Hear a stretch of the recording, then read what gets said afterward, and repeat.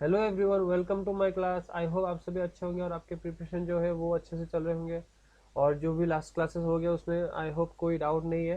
ठीक है, तो आज फंडामेंटल राइट्स स्टार्ट करने जा रहे हैं। जो भी क्लासेस हो गए उससे कई गुना ज़्यादा ये इंपॉर्टेंट है, क्योंकि इसमें से बहुत ज़्यादा क्वेश्चंस पूछा जाता है। और ये हम देखेंगे कि कौन से राइट्स सिटीजन को मिलता है और कौन से एनफोर्सेबल है, कौन से राइट नॉन सिटीजन को भी मिलता है, और इसमें क्या क्या है सब अच्छे तरीके से डिस्कस करेंगे। ठीक है, चलिए फिर स्टार्ट करते हैं। तो हम लोगों को बेसिकली जीने के लिए कुछ बेसिक राइट्स चाहिए होता है, ठीक है, जो कॉन्स्टिट्यूशन हम लोगों को प्रोवाइड करते हैं। तो ये फंडामेंटल का मतलब ही है बेसिक। ठीक है, बेसिक। तो बेसिक राइट्स जो हम लोगों को मिलता है, तो हम लोगों को जीने के लिए कुछ राइट्स, कुछ मतलब जो भी है वो कॉन्स्टिट्यूशन प्रोवाइड करते हैं। और इस ये जो राइट्स है ये सिर्फ हम लोगों के लिए नहीं, सिटीजन के लिए भी, सिर्फ सिटीजन के लिए नहीं, बोथ नॉन सिटीजन के लिए भी अवेलेबल है। ठीक है, नॉन सिटीजन मतलब फॉरेनर्स। ठीक है, तो फंडामेंटल राइट्स जो है, the fundamental rights are insured in part third of the constitution of article 12 to 35। तो ये पार्ट थर्ड में आता है और ये आर्टिकल 12 से 35 तक आता है। ठीक है, और ये जो राइट्स है फंडामेंटल, वो कहाँ से डिराइव किया गया है? Constitution of USA, bill of, that is bill of rights. तो ये यहाँ पे तीन क्वेश्चंस बन रहा है। क्या? पहला जो है कौन से पार्ट में आता है, ठीक है, ये याद रखना। सेकंड में कौन से आर्टिकल में आता है, और कहाँ से डिराइव किया गया है। ठीक है, in part third of the constitution is rightly described as the Magna Carta of India. तो कौन से पार्ट को मैग्ना कार्टा ऑफ इंडिया कहा जाता है, ये भी यहाँ पे क्वेश्चंस बन रहा है। ठीक है, इससे बहुत सारे छोटे छोटे क्वेश्चंस ये जो फंडामेंटल राइट्स के चैप्टर से उसमें से आता है। तो आप लोगों को ज्यादा ध्यान से पढ़ना है। ठीक है, तो it contains a very long and comprehensive list of justiciable fundamental rights. ठीक है, आप ये फंडामेंटल का मतलब ही है बेसिक। तो जो कॉन्स्टिट्यूशन प्रोवाइड कर रहा है, अगर इसमें अगर जस्टिसेबल नहीं है, एनफोर्सेबल नहीं है, तो ये कुछ इसका कुछ मतलब नहीं है। तो इसमें अगर कोई वायोलेशन होता है, ठीक है, वायोलेशन होता है तो आप डायरेक्ट कोर्ट जा सकते हो। ठीक है, आगे देखेंगे हम लोग। In fact fundamental rights in our constitutions are more elaborate than those found in the constitution of the other country in the world, including USA. तो हम लोग बेसिकली पहले ही देखा था कि जो हम लोगों का कॉन्स्टिट्यूशन वो बहुत बाल्की है, ठीक है, बहुत लेंदी है। तो ऑब्वियसली कि जो फंडामेंटल राइट्स है वो भी डिस्क्राइब किया गया है बहुत अच्छी तरीके से, तो इसलिए बहुत एलाबोरेट किया गया इसको। ठीक है, तो fundamental rights are guaranteed by the constitution to all person without any discrimination. ठीक है, ऑल पर्सन का मतलब यहाँ पे फॉरेनर्स भी इंक्लूड है। ठीक है, तो विदाउट एनी डिस्क्रिमिनेशन, कोई डिस्क्रिमिनेट नहीं किया जाएगा इसमें। ठीक है, तो नेक्स्ट हाईलाइट पॉइंट देखो, the fundamental rights are meant for promoting the ideal of political democracy. ठीक है, promoting the ideal of political democracy. तो डेमोक्रेसी का जो आइडियल है वो प्रमोट किया जा रहा है इसमें। और इसमें ज्यादातर मतलब जो है डिस्क्रिमिनेट नहीं किया जाएगा, जस्टिसेबल है, एनफोर्सेबल है, ये सारे बात इसमें डिस्कस किया गया है। ठीक है, तो fundamental rights are named so because they are guaranteed and protected by the constitution. तो ये नाम इसीलिए दिया गया क्योंकि ये गारंट हम लोगों का जो कॉन्स्टिट्यूशन वो हम लोगों को गारंटी देता है और प्रोटेक्ट भी करता है। ठीक है, और इसमें देखिए कौन से राइट्स है। Constitution provide for 7 fundamental rights. पहला राइट टू इक्वलिटी। ठीक है, ये जो 7 फंडामेंटल राइट्स है ये पहले था। ठीक है, बाद में ये जो 7 राइट टू, सॉरी 6 नंबर जो राइट है वो हटा के ये नीचे वाला पॉइंट में लिखा हुआ है, फिर पढ़ेंगे। तो पहले देख लेते क्या क्या है। Right to equality article 14 to 18, right to freedom article 19 to 22, right against exploration article 23 to 24, right to freedom of religion, जो हम लोगों को बोलता है ना सेकुलर कंट्री, तो इसका मतलब right to freedom of religion. ठीक है, सब अच्छी तरीके से डिस्कस करेंगे तब आप लोगों को डिटेल्स में पता चल जाएगा। Cultural and educational rights, right to property article 31, right to constitutional remedies article 32। However, the right to property was deleted from the list of fundamental rights by 44th Amendment Act 1978. ठीक है, तो article जो 31 है उसको delete किया गया है 44th Amendment Act 1978 में, इसको हटा के आर्टिकल 300 में और पार्ट 12 में डाल दिया गया। ठीक है, ये अभी फंडामेंटल राइट्स नहीं है। सो बेसिकली अभी कितना फंडामेंटल राइट्स हो गया, 6। तो ये याद रखना, अभी कितना है, पहले कितना था। तो इससे हम डिटेल्स में स्टार्ट करें इससे पहले इसका फीचर्स भी देख लेते हैं, फंडामेंटल राइट्स के फीचर्स। तो फंडामेंटल राइट्स जो है वो कॉन्स्टिट्यूशन हम लोगों को प्रोटेक्ट करते हैं, गारंटी देते हैं। ठीक है, some of them are available only to the citizen while others are available to all persons whether citizens, foreigner or legal persons like corporations or companies। ठीक है, तो हम लोग जो भी लास्ट क्लास हो गया उसमें देखा था कि कौन से राइट्स, ठीक है, सिटीजन को मिलता है। तो सिटीजन के अलावा बहुत राइट्स जो है वो नॉन सिटीजन फॉरेनर्स को भी प्रोवाइड किया जाता है। तो they are not absolute but qualified, ये एब्सोल्यूट नहीं है, क्योंकि जो स्टेट है कभी भी रेस्ट्रिक्शंस लगा सकते हैं। ठीक है, but qualified, they state can impose reasonable restrictions on them. जैसे मान लो आपको आर्टिकल 19 में क्या बोला गया कि right to speech, freedom of speech, freedom, right to move. तो इसका मतलब ये नहीं कि आप कहीं पे भी मूव कर रहे हो, आपको बोलने का अधिकार दिया गया। इसका मतलब ये नहीं कि आप किसी को भी मतलब गाली गलौज कर रहे हो, कुछ भी कर रहे हो, इसका मतलब ये नहीं। तो इसमें बहुत सारे रेस्ट्रिक्शंस भी है, ऐसा नहीं कि फुल्ली एब्सोल्यूट है, इसमें भी कुछ रेस्ट्रिक्शंस है ताकि इसका लिमिट बना रहे। ठीक है, so the state can impose reasonable restriction on them, however whether such restrictions are reasonable or not is to be decided by court। तो ये कोर्ट डिसाइड करेगा कौन से restrictions क्या है। ठीक है, thus they strike a balance between the rights of the individual and those of the society as a whole, between individual's liberty and social control। तो ये मतलब जो सोशल कंट्रोल है वो कंट्रोल रखने के लिए ये सारे रेस्ट्रिक्शंस रखा गया, ताकि कुछ मतलब जो है होता है ना लिमिट, तो उसमें बना रहे सब कुछ। तो 3 नंबर पॉइंट में क्या बोला गया, all of them are available against the arbitrary actions of the state, however some of them are also available against the action of private individual. तो कुछ क्या है, अगर कोई वायोलेशन होता है, ठीक है, कुछ वायोलेशन होता है राइट्स का, तो ये आर्बिट्ररी एक्शन से अगेंस्ट स्टेट, ठीक है, स्टेट एक्शंस लेके अगेंस्ट गवर्नमेंट, ठीक है, अगेंस्ट प्राइवेट इंडिविजुअल्स, ये बताया गया। ठीक है, कोई भी हो, ठीक है, तो कोई भी हो आपके अगर राइट्स वायोलेशन हो रहा है तो वो स्टेट देखेगा, वो सुप्रीम कोर्ट देखेगा, देखने के बाद कोई भी हो, प्राइवेट इंडिविजुअल हो या फिर गवर्नमेंट हो, तो उसके अगेंस्ट आर्बिट्ररी एक्शंस लिया जाएगा।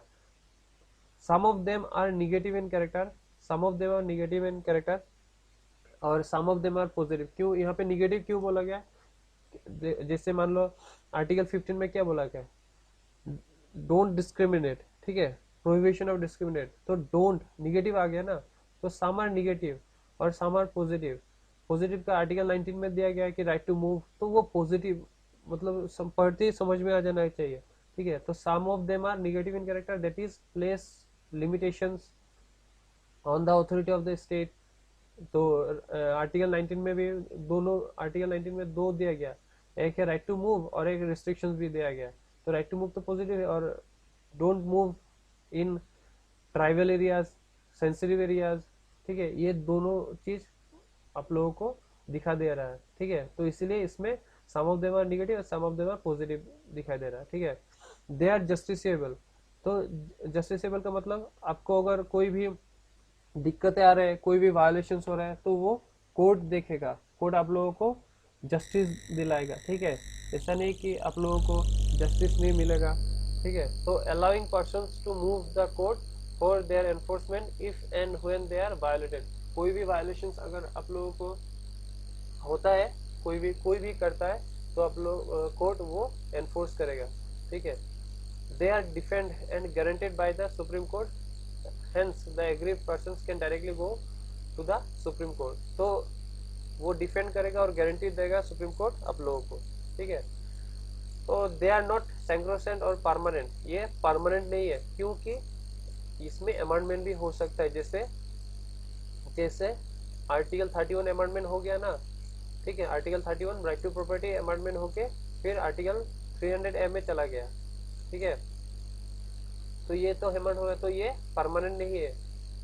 तो parliament can curtail or repeal them but only by a constitutional amendment, सिर्फ कॉन्स्टिट्यूशनल अमेंडमेंट से ही इसको कर्टेल और अमेंड किया जा सकता है। लेकिन इसमें भी लेकिन है, क्या बोला गया कि जो केशवानंद भारती केस में उसमें बोला गया कि जो जैसे बेसिक स्ट्रक्चर को छेड़खानी नहीं किया जाएगा, तो more over this can be done without affecting the basic structure of the constitution. तो बेसिक स्ट्रक्चर जो है उसको छोड़ के उसको आप कुछ नहीं कर सकते, उसको आप ना अमेंड कर सकते हो ना कुछ मतलब छेड़खानी कर सकते इसमें, ठीक है। तो ये बोला गया। तो यहाँ पे क्या बोला, the amendability of fundamental rights is explain detail in chapter 11। जब हम लोग चैप्टर 11 पढ़ेंगे तब आप लोग डिटेल में इसको देखेंगे, ठीक है। They can be suspended during operations of a national emergency except the rights guaranteed by Article 20 and 21. Further, 6 rights guaranteed by 19 can be suspended only when emergency is declared.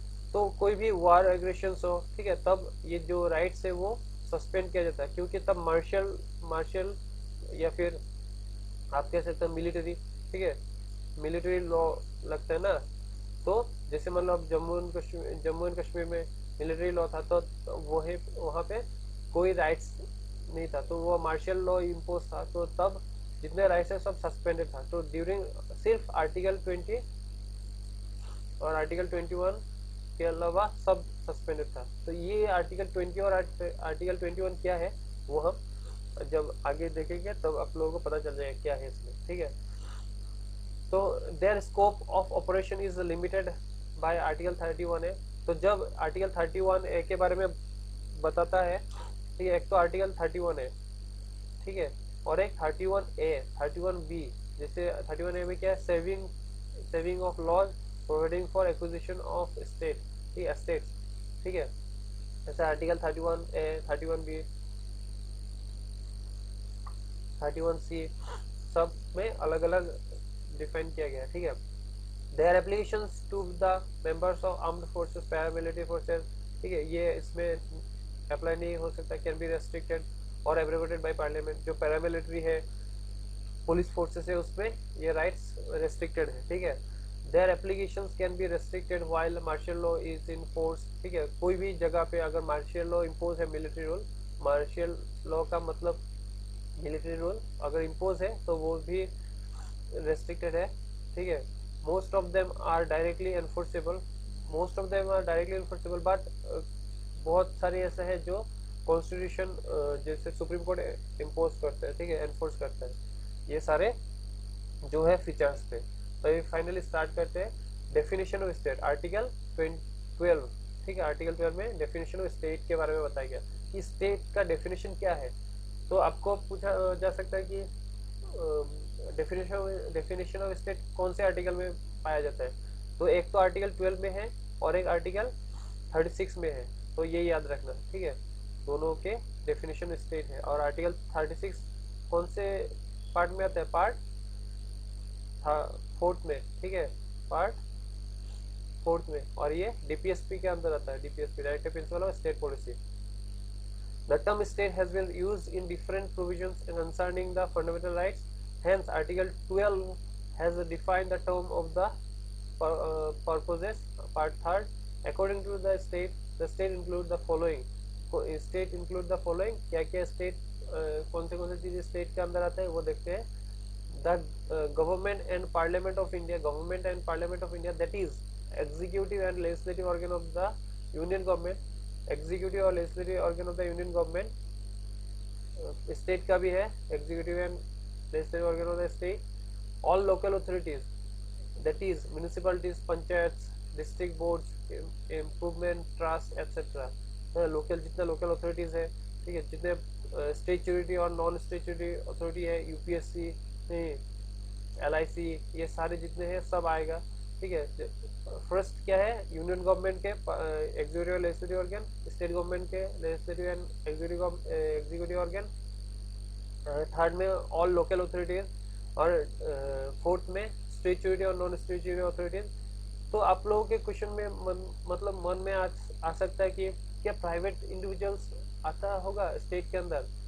जी हाँ, अगर कोई प्राइवेट इंडिविजुअल स्टेट के लिए काम कर रहा है, ठीक है, तो वो जो डेफिनेशन ऑफ स्टेट है उसमें अंदर आएगा, उसका डेफिनेशन स्टेट के अंदर आएगा। जैसे the state has been defined in a wider sense so as to include all its agencies, ठीक है।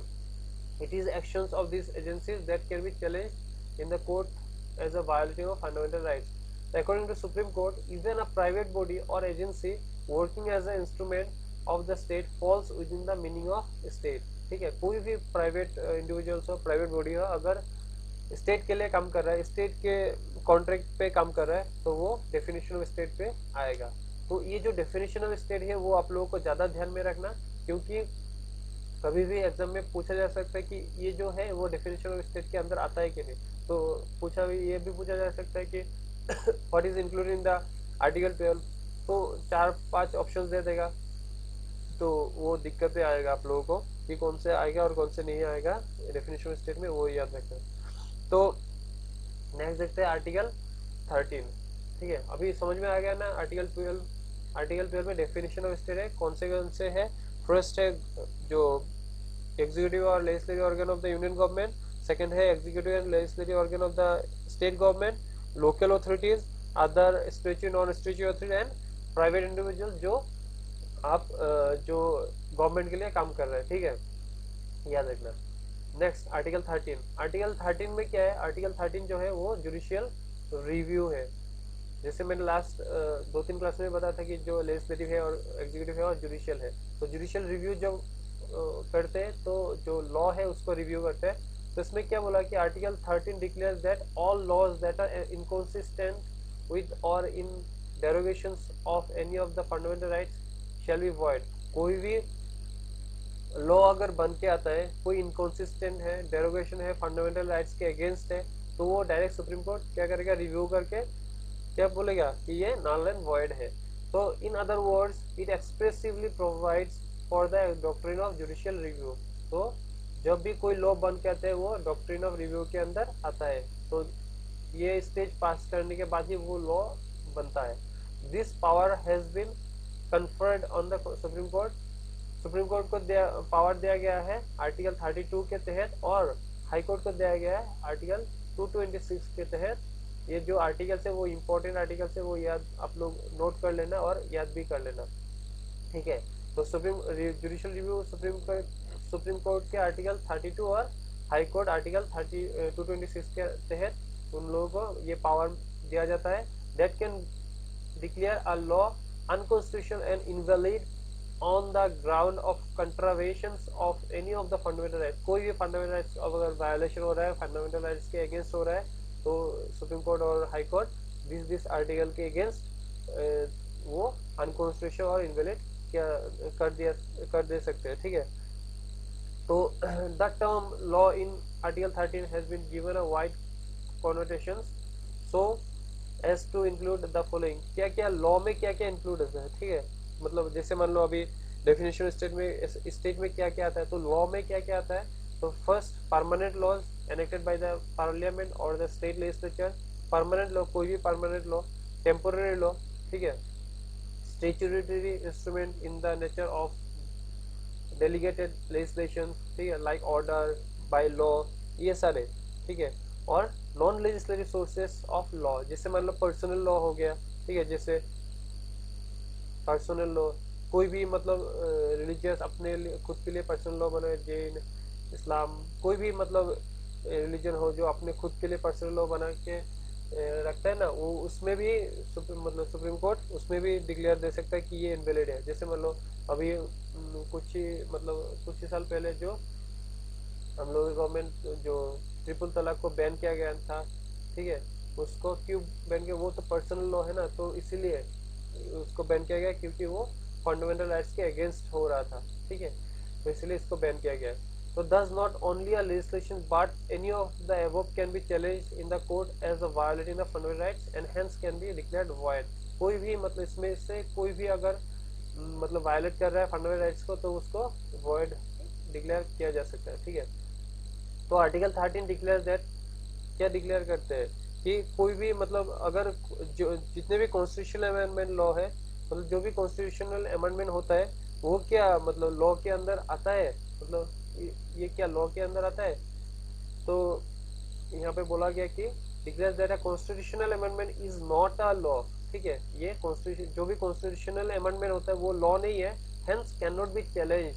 ठीक है, and can not be however the supreme court, पहले ये बोला गया था कि कॉन्स्टिट्यूशन अमेंडमेंट लॉ नहीं है और ये चैलेंज नहीं किया जा सकता, लेकिन हाउएवर सुप्रीम कोर्ट जो है held that Keshwanan Bharati case 1973 that a constitutional amendment can be challenged on the ground that it violates a fundamental right that forms a part of the basic structure of the constitution and hence can be declared void। तो Keshavananda Bharti case के बाद ही इसको constitutional amendment is not a law but it can be challenge. ठीक है, आप लोग challenge कर सकते हो। ठीक है, तो ये आर्टिकल 12 और आर्टिकल 13 ज्यादा मतलब ध्यान में रखना क्योंकि इसमें डिटेल्स बहुत ज्यादा है। ठीक है, तो अभी फाइनली आर्टिकल जो भी इम्पोर्टेंट आर्टिकल्स है उसको देखते हैं। ठीक है, तो ये लिस्ट आप लोगों को दिया गया, आप लोग देख लेना कि कौन से आर्टिकल में कितना कितना आ रहा है। तो आर्टिकल राइट टू इक्वलिटी में 14, 15, 16, 17, 18, तो ये 5 आर्टिकल आ रहा है। आर्टिकल राइट टू फ्रीडम में 19, 20, 21, 22 4 आर्टिकल आ रहा है। ठीक है, राइट अगेंस्ट एक्सप्लॉयटेशन से दो article, article 23 and 24। Right to freedom 25, 26, 27, 28 4 आ रहा है। ठीक है, cultural and educational right 29 and 30। Right constitution amendment 32, 31 में जो था वो तो अमेंडमेंट करके हटा दिया गया। तो ये सारे आप लोगों को याद रख लेना, और ये जो मैं दे दिया, ठीक है, ये सारे राइट्स अगर आप लोगों को चाहिए स्क्रीनशॉट मार लेना, तो आप लोगों को ज़्यादा रह जाएगा, या फिर आप लोग नोट भी कर सकते हो। ठीक है, ये आप सारे सारे देख लेना। तो अभी स्टार्ट करते हैं right to equality. Right to equality में क्या बोला गया कि व्हाट इज इक्वलिटी। ठीक है, आप मतलब आप इक्वलिटी जो वर्ड आते हैं वो आने के बाद आपको दिमाग में क्या आता है कि इक्वलिटी मतलब हर सर्कमस्टेंसेस मतलब सबको इक्वल ट्रीटमेंट मिलेगा। ठीक है, जैसे मान लो मैं एक एग्जांपल देता हूँ, एग्जाम्पल से पहले मैं एक कंसेप्ट बताता हूँ कि इक्वलिटी जो है ना वो दो दो कंसेप्ट पे बेस्ड है। ठीक है, एक है इक्वलिटी बिफोर लॉ, ठीक है, बिफोर लॉ, और एक है इक्वल प्रोटेक्शन ऑफ लॉ। ठीक है, प्रोटेक्शन ऑफ लॉ। तो बिफोर लॉ मतलब लॉ के आगे, लॉ की आंखों में आपको इक्वलिटी प्रोवाइड किया जाएगा। ठीक है, और इक्वल प्रोटेक्शन ऑफ लॉ, ठीक है, लॉ जो है वो आपको इक्वल प्रोटेक्शन दिया जाएगा। फॉर एग्जाम्पल मैं एग्जाम्पल देता हूँ, दो केस आप लोगों को दिखाता हूँ तब आप लोगों को ज्यादा समझ में आ जाएगा। ठीक है, दो केस आप लोगों को देता हूँ। फर्स्ट केस में आप लोग देखिएगा कि ये है पर्सन ए, पर्सन बी, ठीक है, और पर्सन सी। तो पर्सन ए के पास मान लो 50 रुपये है। ठीक है, और पर्सन बी के पास कितना है 100 रुपीज। ठीक है, तो क्या करेगा पर्सन सी के पास जो है, ये पर्सन सी गवर्नमेंट है। ठीक है, तो गवर्नमेंट क्या करेगा, गवर्नमेंट के पास 50 रुपये है, तो अगर इक्वलिटी बिफोर लॉ तो इसमें क्या आएगा, इसको पर्सन ए को 25 रुपीज देगा और पर्सन बी को 25 रुपीज देगा। तो ये हो गया इक्वलिटी बिफोर लॉ। ठीक है, तो इसमें से और एक आ रहा है कि अगर इसमें 25 रुपये दे रहा है, इसका हो रहा है 75 और इसका हो रहा है 125, क्या ये इक्वल बना? नो। तो ये तो इक्वलिटी प्रोवाइड कर दिया। ठीक है, equal before law, equality provide किया इन फ्रंट ऑफ लॉ। ठीक है, लेकिन इसको तो टोटल करने के बाद ये तो इक्वल नहीं रहा। जैसे मान लो एक पोर, ठीक है, और एक रिच पर्सन, दोनों के पास वेल्थ सेम नहीं है ना। जैसे मान लो इसके पास 10 रुपीज है और इसके पास 100 रुपीज है, तो ये अनइक्वल हो गया ना। इसके पास जितने भी दे और गवर्नमेंट इसको भी, रिच को भी जितने भी दे, तो ये तो अनइक्वल हो गया। तो ये सर्कमस्टेंसेस भी अनइक्वल हो गया। ठीक है, तो ये नहीं हुआ, तब क्या करेगा? ठीक है, तो अब गवर्नमेंट क्या करेगा, सिर्फ गवर्नमेंट जो गरीब है सेकेंड सर्कमस्टेंसेस में, जो मैंने बताया कि इक्वल प्रोटेक्शन ऑफ लॉ, तो उस सर्कमस्टेंसेस में गवर्नमेंट क्या करेगा, वो जो गवर्नमेंट के पास जितने पैसा है सब गरीब को देगा, जो जितना कम है, ठीक है, उसके साथ ही इक्वल करने के लिए, ठीक है। तो ये समझ में आ गया शायद आप लोगों को। अगर नहीं आएगा तो अगर कोई भी डाउट होता है तो आप प्लीज़ पूछिएगा कमेंट सेक्शन में। और ये वीडियोस अगर आपको अच्छे लग रहे हो प्लीज़ चैनल को सब्सक्राइब कीजिएगा और ज़्यादा से ज़्यादा शेयर कीजिएगा, ठीक है। तो जो मैंने एग्जांपल दिए वो आई होप आप लोगों को सबको समझ में आ गया। तो ये दोनों सर्कमस्टेंस है। तो हम देखते हैं कि article 14 says that the state shall not deny to any person equality before the law or equal protection of the laws within the territory of India. Any person का मतलब यहाँ पे इंक्लूडिंग फॉरेनर्स भी है, ठीक है, जो भी फॉरेनर्स भी है उसको भी इंक्लूड किया जा रहा है, ठीक है। और ये जो फंडामेंटल राइट्स किसको, मतलब सिटीजन को कौन से फंडामेंटल राइट्स है, वो तो हम लोग सिटीजन का जो चैप्टर किया था उसमें तो दिखाई, मैंने तो बता दिया, ठीक है। और कौन से जो फंडामेंटल राइट्स है वो बहुत सिटीजन और फॉरेनर्स को भी है, वो आप लोग देख लीजिएगा क्योंकि वो लक्ष्मीकांत में दिया हुआ है, ठीक है। तो this provision confers rights on all person whether citizen और फॉरेनर्स, ठीक है, दोनों को भी कन्फर किया जाता है। More over the word person include legal person, vice statutory corporations, companies, registered society and other type of legal person. The concept of equality before law ये ब्रिटिश ओरिजिन है, ठीक है, इक्वलिटी बिफोर लॉ ये British origin है। तो दो concept है, दोनों अलग अलग जगह से लिया गया है। एक है ब्रिटिश ओरिजिन, ठीक है, जो मैं एग्जांपल दिया उसमें तो दोनों अलग अलग सर्कमस्टेंसेस आ रहा है ना, तो अगर गवर्नमेंट सिर्फ एक कंसेप्ट को लेता तो दूसरा फेल हो रहा था, ठीक है, तो अब इक्वलिटी, राइट टू इक्वलिटी नहीं हो पाता, तो इसलिए दोनों को रखा, equality before law and equal protection of laws, ठीक है। तो concept of equality before law कहाँ से है, ब्रिटिश ओरिजिन, ये याद रखना। And equal protection of laws कहाँ से डिराइव है, अमेरिकन कॉन्स्टिट्यूशन से, दोनों जगह से डिराइव किया गया। तो कौन से मतलब इक्वलिटी कहाँ से लिया गया है वो आप लोगों को ज़्यादा मतलब याद होना चाहिए। The first concept connotes the absence of any special privileges in favor of any person, b thus equal subjection of all persons to the ordinary laws of the land administered by ordinary law of court, and no person whether rich or poor, high or low, official or non-official is above law। तो law के सामने first case में क्या बोला कि law के सामने सब इक्वल है, ना उसका किसी भी पर्सन मतलब किसी भी तरीके से ना उसको डिस्क्रिमिनेट किया जाएगा, ना उसका स्टेटस देखा जाएगा, सबको सब इक्वल है लॉ के सामने, ठीक है, ये बताया गया। और सेकंड कंसेप्ट में क्या बोला कि second concept on the other hand cannot the equality of treatment under equal circumstances. Equal circumstances का मतलब पता है, अगर मान लो एक आदमी दोनों आदमी को क्राइम किया, ठीक है, अभी जब कोर्ट में प्रूव होगा तब एक आदमी का हेल्थ खराब हो गया, ठीक है, बहुत मतलब सीरियस इश्यूज हो गया, पता नहीं बीमार हो गया नहीं, और ये तो ठीक है, लेकिन अभी जब कोर्ट मतलब इसको इन दोनों को कोई पनिशमेंट देगा तो इनका तो सर्कमस्टेंसेस अलग हो गया ना, ये फर्स्ट पर्सन का सर्कमस्टेंसेस अलग हो गया, वो तो बहुत बीमार है, तो अगर दोनों को लाइफ टाइम इम्प्रिजनमेंट का मतलब पनिशमेंट देता है तो ये तो बहुत बीमार है, वो कैसे मतलब इसको झेल पाएगा, ठीक है।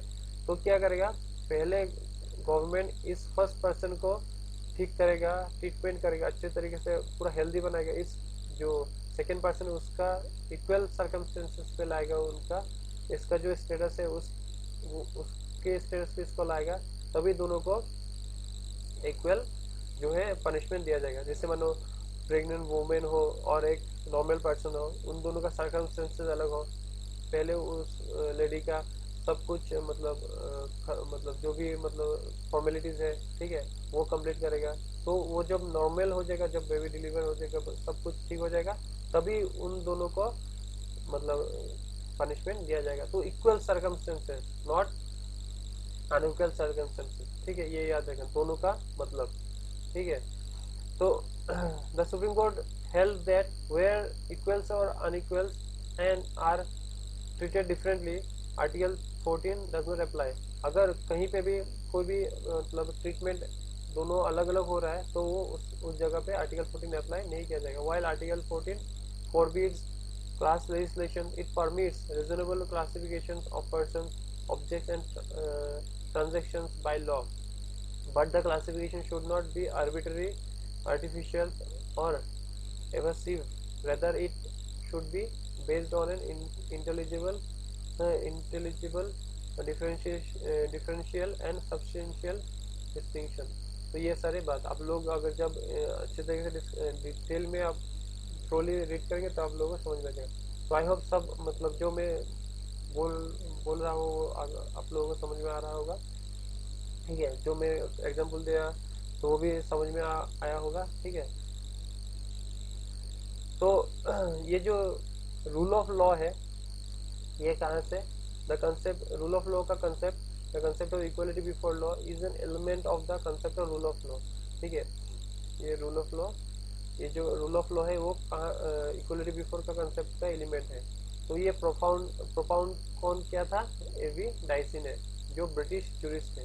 ठीक है, ये आप लोग रीड करिएगा तब तो आप लोगों को समझ में आ जाएगा। ठीक है, ये सारे जो मैं मतलब छोटे छोटे पॉइंट, छोटे छोटे इंपॉर्टेंट एग्जाम्पल्स जो बता रहा हूँ वही इंपॉर्टेंट है। ठीक है, equality before law and equal protection of article 14 में जो आ रहा है यही सिर्फ एग्जाम में पूछा जाएगा। ठीक है, इसका कंसेप्ट। ठीक है, अगर आपका यूपीएससी का एग्जाम है तो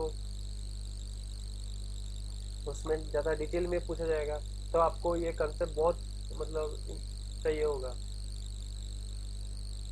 तो ये याद रखिएगा कि जो मैं एग्जाम्पल दे रहा हूँ उसका जो बेस है उसको याद रखिएगा तो आप लोगों को ज़्यादा समझ में आएगा। अगर आपको मतलब रियल लाइफ में अगर जो भी चल रहा है उसको दिमाग में रख के कुछ भी एग्जाम्पल अगर आप सेट करते हो ना तो आप लोगों को ज़्यादा दिमाग में रहेगा और जो कॉन्सेप्ट है वो भी ज़्यादा क्लियरिटी उसमें पाया जाएगा। ठीक है, so this concept has been following three elements: respect, absence of arbitrary power, that is no man can be punished except for breach of law। ठीक है, कोई भी मतलब मैन को पनिश नहीं किया जाएगा अगर लॉ वायलेट नहीं कर रहा है तो। Equality before law, that is equal subjection of all citizens, high law, official non official, to the ordinary law of the land administered by the ordinary law court। ठीक है, और थर्ड पे आता है the privacy of the rights of an individual, that is the constitution is the result of the rights of an individual. ये सिर्फ British में है कि जो राइट्स है, जो कॉन्स्टिट्यूशन है वो इंडिविजुअल राइट्स से बनता है, लेकिन इंडिया में क्या है, इंडिया में इंडियन सिटीजन का राइट्स कॉन्स्टिट्यूशन से डिराइव होता है, ना कि इंडियन सिटीजन के राइट से कॉन्स्टिट्यूशन डिराइव होता है। ठीक है, तो इसमें बोला गया कि first and second element are applicable to the Indian system and not the third one. In the Indian system the constitution is the source of individual rights. ठीक है, और ब्रिटिश में क्या है, जो कॉन्स्टिट्यूशन है वो सोर्स है राइट्स ऑफ इंडिविजुअल का, ऐसा इंडिया में नहीं है। तो ये आप लोगों को ज़्यादा ध्यान देना है। ये जो तीनों पॉइंट मैंने बताया रूल ऑफ लॉ का, अगर लक्ष्मीकांत में जो है वो मतलब अगर आपका पीसीएस का एग्जाम है तो उसमें ज़्यादा आप लोगों को दिखने को मिलेगा, क्योंकि उसमें 3 ऑप्शन दिया रहता है। 3 ऑप्शन में से अगर जो ऑप्शन करेक्ट है उसमें जो नीचे ऑप्शन दिया हुआ है उसमें आप लोगों को टिक करना है, तो इसमें आप लोगों को पूछा जा सकता है। ठीक है, आप ज़्यादा ध्यान देगा और ज़्यादा क्लियरिटी के साथ आप देखिएगा। ठीक है, the supreme Court held that rule of law as embodied in article 14 as a basic feature of the constitution. तो ये जो रूल ऑफ लॉ है वो बेसिक फीचर आर्टिकल 14 में बेसिक फीचर बताया गया है सुप्रीम कोर्ट। ठीक है, hence it can not be destroyed even bye amendment. तो इसको रूल ऑफ लॉ को आप अमेंडमेंट करके भी आप डिस्ट्रॉय नहीं कर सकते।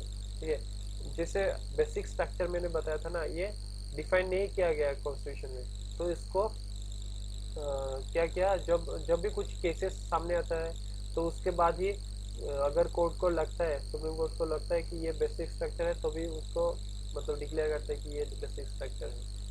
ये याद रखना कि अगर एग्जाम में पूछा जाता है कि कॉन्स्टिट्यूशन में बेसिक स्ट्रक्चर डिफाइन किया गया है या नहीं, तो वो नहीं है। ठीक है, एक्सेप्शनल एंड इक्वलिटी कि कुछ एक्सेप्शन दिया गया, जैसे मान लो प्रेसिडेंट ऑफ इंडिया है, गवर्नर है, उन लोगों को इम्यूनिटीज प्रोवाइड किया जा रहा है, ठीक है, प्रेसिडेंट एंड गवर्नर, ये आप रीड करने से आप लोगों को समझ में आ जाएगा ये भी सारे, ठीक है। No person shall be liable to any civil or criminal proceedings in any court in respect of the publication of newspaper, मतलब आपको न्यूज पेपर पे पब्लिकेशन होते हैं आप लोगों को, मतलब आप लायबल नहीं है सिविल एंड क्रिमिनल के प्रोसीडिंग्स पे, ठीक है। ये सारे आप लोग जब रीड करेंगे आप लोगों को समझ में आ जाएगा, ठीक है। तो next article 15, prohibitions and discriminations on certain ground, article 15। तो आर्टिकल 14 हो गया, तो 15 देखते हैं क्या है कि article 15 provides that state shall not discriminate against any citizen on ground only of religion, race, caste, sex और प्लेस ऑफ बर्थ। किसी भी मतलब ग्राउंड पे आपको डिस्क्रिमिनेट नहीं किया जाएगा ठीक है। तो कहीं कभी कभी मतलब होता है कि पहले जब आर्टिकल बन के आया उससे पहले डिस्क्रिमिनेट किया जाता था कि ये आप इस कास्ट के हो, ठीक है। जैसे मतलब डॉक्टर बी आर अम्बेडकर जब था ना, तो वो जिस फैमिली से बिलोंग करता था उनको वेल से पानी नहीं पीने देता था, ठीक है। उनको स्कूल जाने से स्कूल में बेंच में बैठने नहीं दिया जाता था, तो इससे बहुत डिस्क्रिमिनेट किया जाता था पहले।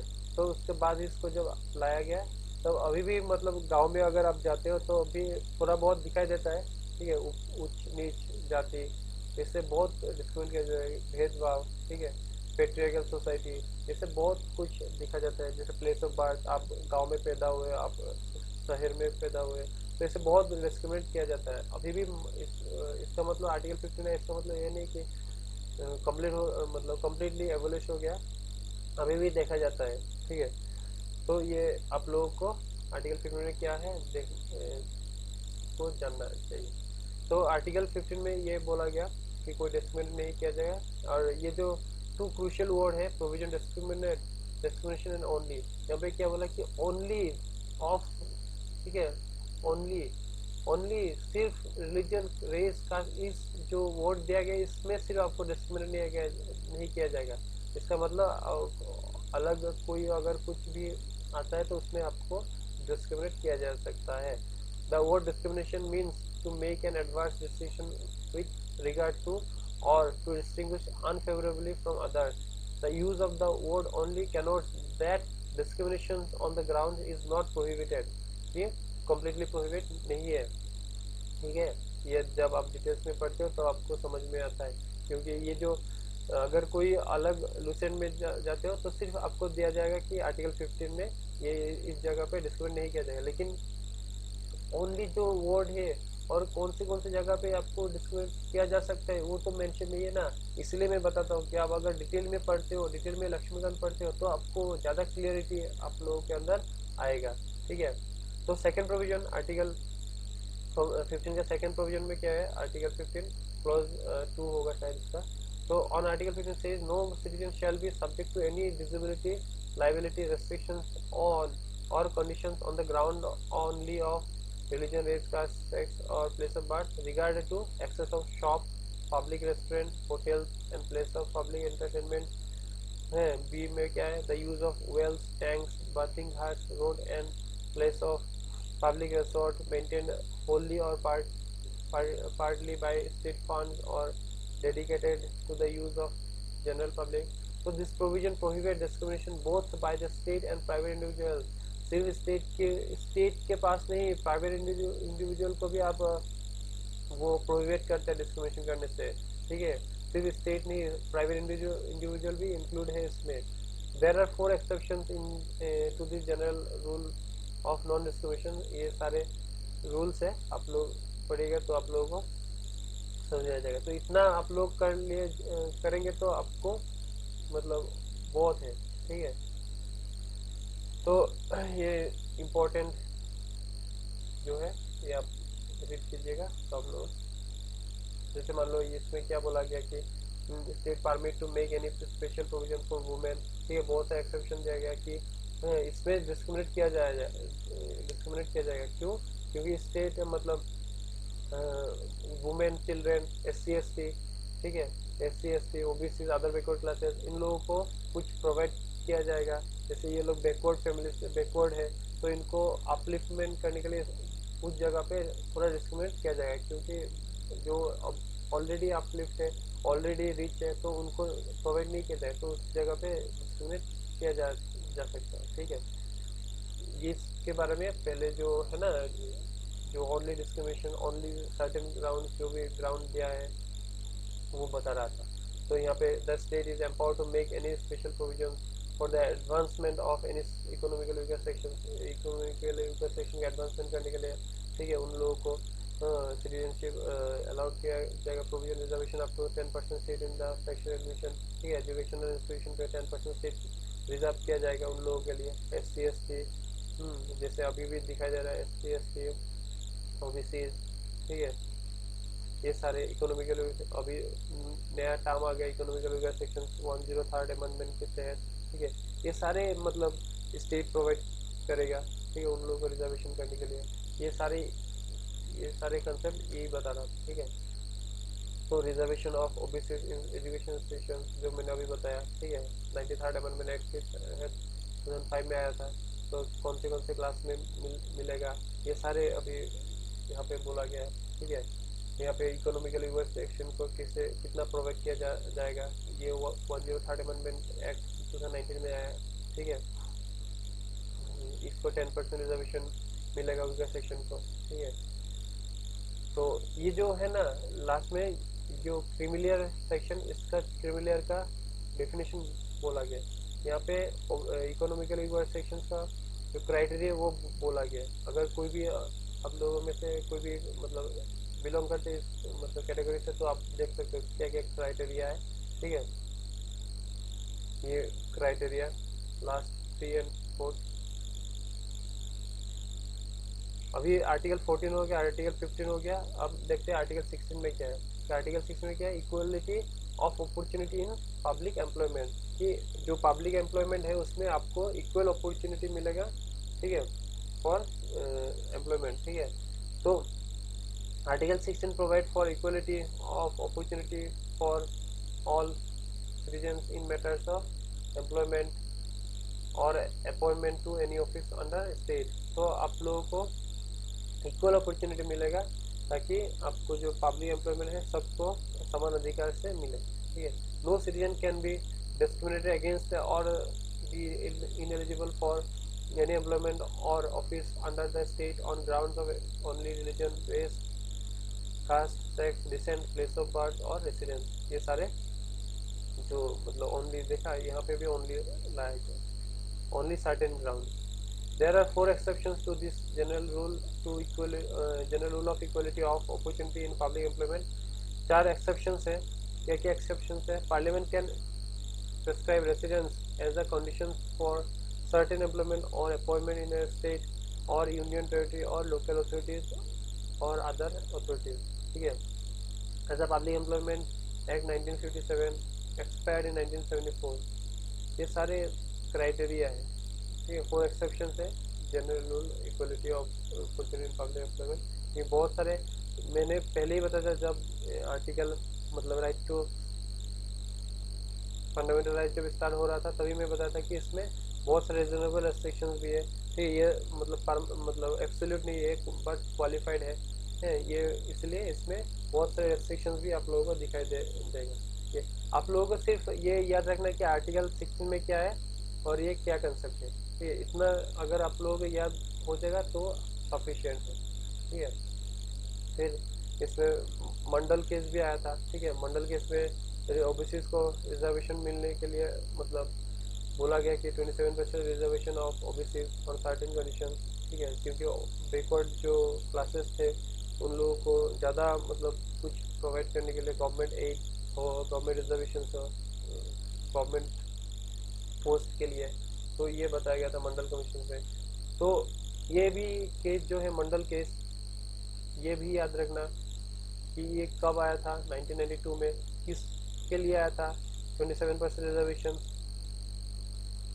रिजर्वेशन फॉर द ओबीसीज, ये आया था, ये एक्चुअल कॉन्सेप्ट था। ठीक है, तो ये भी याद रखना, रिजर्वेशन इन इकोनॉमिकल वीकर सेक्शन, ये 103 अमेंडमेंट एक्ट के तहत आया था 2019 में, इसको भी याद कर लेना। आप लोगों को पूछा जाएगा कि अभी तक कितना अमेंडमेंट हो गया, 103rd अमेंडमेंट हो गया, ठीक है। उस ये कौन से अमेंडमेंट था, इसमें क्या अमेंड किया गया था, ये भी। In order to give effect to this provision the central government issued an order providing 10% reservation to the economic organization in civil force and services in the government of India। ये सारे हैं। तो पहले जो मैं बताया था इकोनॉमिक ऑर्गेनाइजेशन का क्राइटेरिया क्या क्या है वो देख लेना आप लोग, ठीक है। नेक्स्ट आते हैं आर्टिकल 17।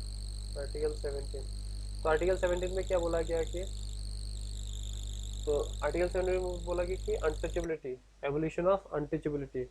अगर कोई अनटचेबल प्रैक्टिस करता है, जैसे मैंने अभी थोड़ी देर पहले ही मतलब जो एग्जांपल दिया था डॉक्टर बी आर अम्बेडकर साहब के, तो पहले उन लोग बहुत मतलब डिस्क्रिमिनेट किया जाता था, अनटचेबल बोलते थे कि अगर टच करने से पोल्यूट हो जाता था, ठीक है। जो पब्लिक वेल था उसमें से पानी नहीं पीने देते थे, क्योंकि वो अगर टच करेगा तो वो पोल्यूट हो जाएगा, वो कोई और नहीं पी सकता। ये भी अभी भी थोड़ा बहुत आप लोग बैकवर्ड जगह पे जब आप जाते हो तो ये भी अभी भी देखने को आप लोगों को मिलेगा, ठीक है। हालांकि शहरों में नहीं है, जो जो जगह फॉरवर्ड हो गया उसमें नहीं है, लेकिन अगर आप बहुत जगह अभी भी ऐसा है कि पहले जैसा ही है, अभी भी चेंजेस नहीं हुआ। तो article 17 abolishes untouchability and forbids its practice in any form. The enforcement of any disability arising out of untouchability shall be an offense punishable in accordance with the law, ठीक है। अगर कोई अनटचेबिलिटी प्रैक्टिस करता है तो वो आप लोगों को बहुत मतलब जो मतलब लॉ के सामने आप पनिशेबल हो, ठीक है। यहाँ पे क्या बोला क्या कि forbids its practice any form, कोई भी फॉर्म हो, आप कोई भी फॉर्म में आप प्रैक्टिस करो, आपको पनिशमेंट मिलेगा, ठीक है। तो इन 1976 द अनटचेबिलिटी ऑफेंस एक्ट 1955 इसको चेंज किया गया 1976 में। अनटचेबिलिटी एक्ट 1955 इसको चेंज करके renamed protection of civil rights act 1955 किया गया to enlarge the scope and make penal provisions more stringent. In the act defines civil rights as any right accruing to a person by reason or the evolution of untouchability by article 17 of the constitution। तो article 14 में क्या है, right to equality. Article 15 में क्या है, कोई discriminate नहीं किया जाए, discrimination against race caste sex. Article 16 में पब्लिक एम्प्लॉयमेंट, ठीक है। और आर्टिकल 17 में क्या है कि एवोल्यूशन ऑफ अनटचेबिलिटी। ये सारे आप लोगों को बहुत अच्छे तरीके से याद करना होगा और अच्छे तरीके से पढ़ना भी होगा, तभी जाके आप लोगों को ज़्यादा समझ में आएगा। और अगर जब तक कंसेप्ट क्लियर नहीं होगा तब तक आप लोग कितना भी रट्टा मार लो, आप लोग एग्जाम हॉल में जाके इसको मतलब भूल ही जाओगे, ठीक है। अगर आप लोग अच्छे तरीके से, जैसे मैं एग्जाम्पल दे रहा हूँ उसी तरह आप लोगों को इसको याद रखेंगे तभी आप लोगों को, अगर मतलब बहुत पुराना भी हो जाए तब भी आप लोगों को ये याद हो मतलब रहेगा, ठीक है। क्योंकि एग्जाम में क्या होता है कि आपके सामने तो आंसर रहता ही है, 4 ऑप्शन तो आपके सामने होता ही है, सिर्फ आपको वो आंसर ढूंढना है जो करेक्ट है और जो एलिमिनेट करना है जो इनकरेक्ट है, ये कंसेप्ट, ठीक है। और इजी क्या होगा आप लोगों के लिए, ऐसा नहीं, ऐसा तो नहीं कि आप लोगों को बहुत लिखना पड़ रहा है, बहुत सोचना पड़ रहा है, वो तो मेंस में होगा अगर आप यूपीएससी दे रहे हो या फिर कोई मेंस एग्जाम दे रहे हो, ठीक है। तो आर्टिकल 18 में क्या बोला गया कि आर्टिकल 17 तक हो गया, अब आर्टिकल 18 देखते हैं। Article 18 abolishes the titles and make for provisions in the trigger. तो आर्टिकल 18 का कंसेप्ट है एबोलिशन ऑफ टाइटल्स। पहले के जमाने में बहुत सारे महाराजा, राय बहादुर, राय साहब, ये सारे टाइटल्स मतलब यूज करते थे ना। अभी भी आप अगर राजस्थान में जाते हैं तो वो मतलब जो किंग वाला फीलिंग है वो आएगा आप लोग, लेकिन अभी वो जो टाइटल्स है वो एबोलिश किया गया है, ठीक है। तो प्रोविजन जो है, it prohibits the state from conferring any title except a military और एकेडमिक डिस्टिंक्शंस, ठीक है। जो मिलिट्री टाइटल है, मेजर, ठीक है, ये सारे एकेडमिक डिस्टिंक्शन में जो मिलता है, on any body weather a citizen और अ फॉरेनर, कोई भी मतलब सिटीजन हो और कोई भी फॉरेनर हो उसको प्रोहिबिट किया जाएगा, ये एक्सेप्ट क्या है, मिलिट्री और एकेडमिक डिस्टिंक्शन। और it prohibits a citizen of India from accepting any title from foreign state. Foreign state से अगर कोई आपको टाइटल मिल रहा है तो वो प्रोहिबिट है, आपको नहीं, आप नहीं ले सकते, ठीक है, फॉरेन स्टेट से। अगर फॉरेनर, कोई भी फॉरेनर आपका मतलब गवर्नमेंट ऑफ इंडिया के कोई ऑफिस ऑफ प्रॉफिट होल्ड कर रहा है, तो अगर उसको कोई मतलब टाइटल मिल रहा है फॉरेन स्टेट से, तो अगर मिल रहा है तो वो प्रेसिडेंट के कंसेंट से ही लिया जा सकता है। विदाउट प्रेसिडेंट कंसेंट आप नहीं ले सकते, आप नहीं एक्सेप्ट कर सकते। No citizen or foreigner holding any office of profit or trust under the state is to accept any present emolument or office from or under any foreign state without any consent of the president। अगर आप मतलब जैसे मान लो अभी बताया कि parliament, government of India, अगर आप स्टेट में भी कोई ऑफिस ऑफ प्रॉफिट होल्ड कर रहे हो, अगर आपको किसी मतलब फॉरेन स्टेट से आपको कोई भी मतलब टाइटल मिल रहा है, तो प्रेसिडेंट के कंसेंट से ही आपको मिलेगा, आपको आप एक्सेप्ट कर सकते हो, नहीं तो नहीं कर सकते हो, ठीक है। From the above, it is clear that hereditary titles of nobility like Maharaja, Raj Bahadur, Rai Sahib, Diwan Bahadur, etc. ये मतलब एबोलिश किया गया है, ठीक है। Which were conferred by colonial states are banned Article 18 as these are against the principle of equal status of all, ठीक है। इसमें आर्टिकल 14 से आर्टिकल 18 तक आपके इक्वलिटी के बारे में बता रहा ना, इसलिए आपके स्टेटस इक्वल हो, सबके समान स्टेटस मिले, इसलिए इसको एबोलिश किया गया। एक्सेप्ट क्या है, 1996 the supreme Court upheld the constitutional validity of national award, Bharat Ratna, Padma Bhushan, Padma Bhushan, Padmashri, ये सारे नेशनल अवार्ड, ठीक है। मिलिट्री अवार्ड, इस मतलब इसके अलावा सब कुछ बैंड है। आपको मिलिट्री में जो मिलता है मेजर, ठीक है, ये सारे आपको मिलेगा। और आपको जो कॉन्स्टिट्यूशन नेशनल अवार्ड मिलता है, भारत रत्न, पद्म भूषण, ये सारे आपको मिलेगा। बाकी जितने टाइटल्स है सब एबोलिश है, ठीक है। This national award were instituted in 1954।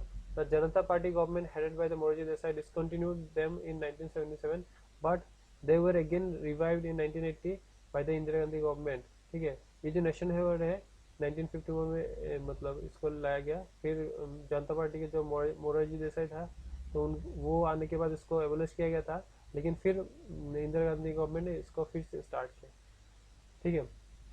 तो ये सारे था राइट टू इक्वलिटी के बारे में and equal protection of laws. ये सारे article 14, article 15, article 16, article 17 and article 18, ये 5 आर्टिकल राइट टू इक्वलिटी के अंदर आते हैं। और जितने भी मतलब मैंने बताया वही आप लोगों को ध्यान में रख के अच्छी तरीके से रीड कीजिएगा, तो आप लोग ज़्यादा समझ मतलब आपको ज़्यादा क्लियरिटी आएगा, ठीक है।